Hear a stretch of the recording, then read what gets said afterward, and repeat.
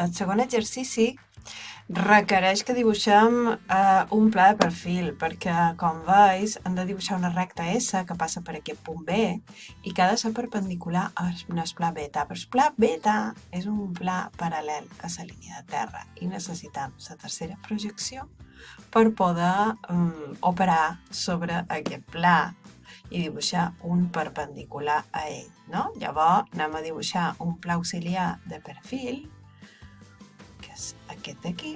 Recordem, el pla pi té les dues traces perpendiculars a la línia de terra perquè és un pla perpendicular en els dos plans de projecció. Anem a fer un petit dibuix en 3 dimensions per entendre un poquet la idea, no? de lo que farem ara. Tenim aquest pla beta, que és un pla paral·lel a la línia de terra, amb aquestes dues traces paral·leles a la línia de terra. Seria un pla com aquest. I després tenim un punt que està per damunt aquest pla paral·lel a la línia de terra. El punt B. Aquí tindríem la projecció horitzontal i aquí tindríem la projecció vertical de P. I això seria la traça vertical del pla, beta prima, i aquí tenim la traça horitzontal, beta. Dibuixarem aquest pla de perfil i trobarem la tercera traça de beta. Aquest pla de perfil és aquest, que té la traça vertical i la traça horitzontal perpendiculars a la línia de terra, perquè és perpendicular en els dos plans de projecció. Les dues traces en color verd del pla pi. Anem a repassar en color verd per tenir més clar això que acabem de dir. Molt bé, anem a cercar ara la tercera traça del pla beta i també trobarem la tercera projecció del punt B, que és important. Aquests dos punts són aquest i el punt que resultarà de l'abatiment de l'allunyament de la traça horitzontal de beta. D'acord? I després, com deia, trobarem la tercera projecció del punt B.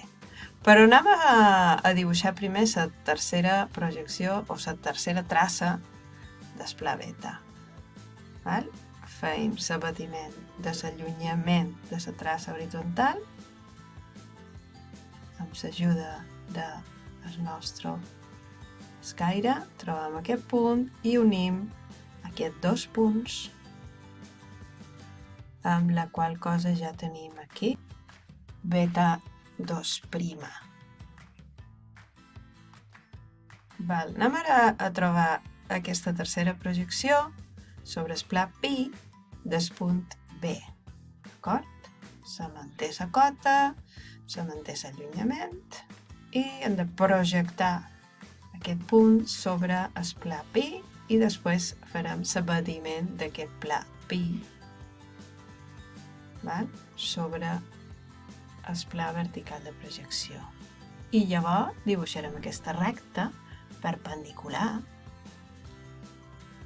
a la beta que passi per B2'. Aquí, la perpendicularitat a la projecció de perfil estarà en veritable magnitud. L'angle el veiem en veritable magnitud a la projecció de perfil.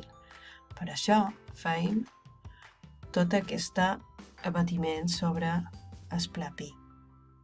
Anem a trobar la tercera projecció. Traslladem l'allunyament, aixecam la cota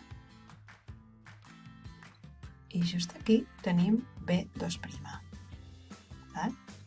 Ara aquí que veiem l'angulació en veritable magnitud entre beta i B, podem dibuixar l'angle de 90 graus i aquesta recta S és la recta que ens demana. La qüestió és que no puc deixar la recta dibuixada tan sols en tercera projecció. En els exercicis de dièdric sempre hem de marcar el resultat en primera i segona projecció. Val? Aquí tenim el punt d'intersecció, aquí tenim la traça de la recta, que a més s'ha anunciat, com veus, mos diu determinar les traces de la recta i la seva visibilitat. Llavors, de perfil, sabeu clarament que la recta passa per el primer, el quart i el tercer quadrant. Val?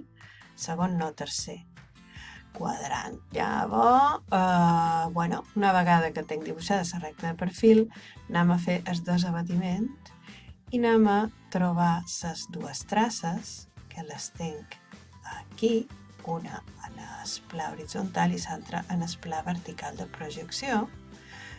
I com que aquesta és una recta de perfil, simplement localitzant les dues traces i dibuixant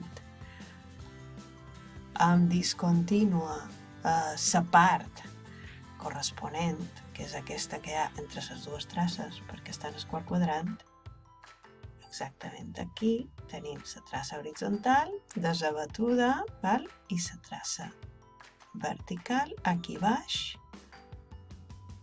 a la cota negativa, en aquest cas, que té. Llavors, fixeu-vos, en aquest bocí d'aquí, la recta, que és aquest bocinet d'aquí, la recta no se veu perquè la tenim continguda en el quart quadrant i és oculta. La recta se veu a partir de la traça horitzontal, en projecció vertical tot això és vist, i en projecció horitzontal també a partir de la traça horitzontal, des d'aquí. Però aquest bocinet que hi ha entre H' i H'S en realitat és entre H' i UDS està en el quart quadrant. Val? Llavors això l'heu de dibuixar discontinu per respectar la visibilitat de la recta en dièdric. Val? Aquí tenim la recta oculta.